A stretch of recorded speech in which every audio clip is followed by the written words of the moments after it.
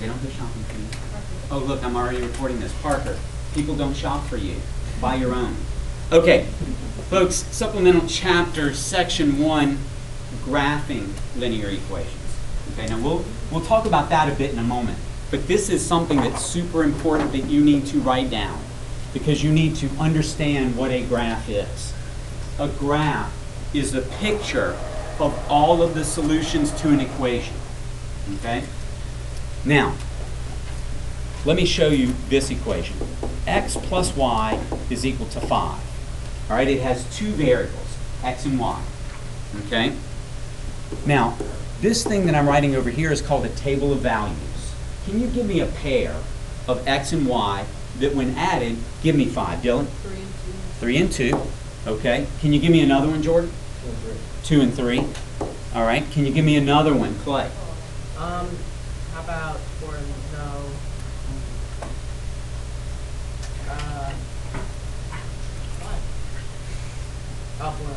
4 and 1. Oh, I bet it was. Taylor, can you give me another one? 1 and 4. 1 and 4. Grace, can you give me another one? Oh, sorry. Just a pair of numbers that add up to 5. Oh. Oh, there are more. Wait. Grace, I'll come back to you. Cecilia? 5 and 0. 5 and 0. Okay. Any others, Bella? That adds up to negative 5. Okay. James? Negative 2 and 7. Negative 2 and 7. Okay, so let me ask you this. How many pairs of numbers are there that add up to 5? Parker? An infinite number. Okay? Now, if we plot all of these numbers on a graph, they're going to make a straight line. Okay? We've got an X and we've got a Y.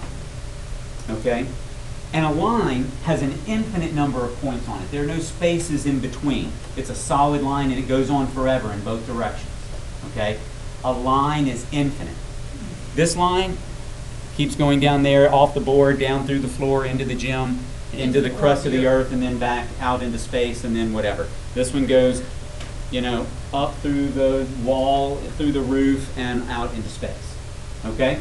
It goes on forever. It has an arrow at the end of it. Okay?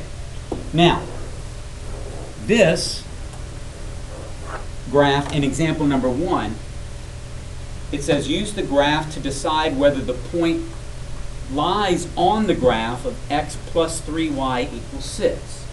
It says justify your answer algebraically. Now, if a point, 1, 2, it has an x and a y, if it is a solution to this equation, it is on the graph. So these are all the solutions to that equation. This is not a solution to that equation. If I plug in its x and y, it does not solve that equation. This point, 3, 1, 2, 3, 4, is not a solution to that equation. If I plug in 3 for x and 4 for y, I don't get 6. Okay? Now, looking at this first example, it says, check to see if 1, 2 is a solution. Use the graph. Well, let's go to 1, 2. All right, we always start at the origin when we're plotting a point. Go over 1 and up 2. Is that dot, Emily, on the line? So it's not a solution. Okay, but I'm just going to check it because they said justify your answer algebraically. Right? So here's A. A is x plus 3y is equal to 6.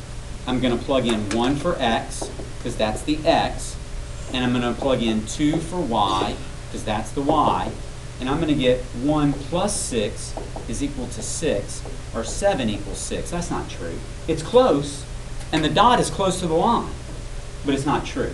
It's not a solution. Okay? Now, let me extend the page a little bit. I'm going to run out of time, but that's okay. Let's look at the next one. Negative 3, 1, 2, 3, go back 3 and then go up 3. That's 3, negative 3, positive 3. Is that a solution to the equation? James? Yes. It is. I'm going to come back on the next one right at the beginning and finish this one up just to prove it algebraically.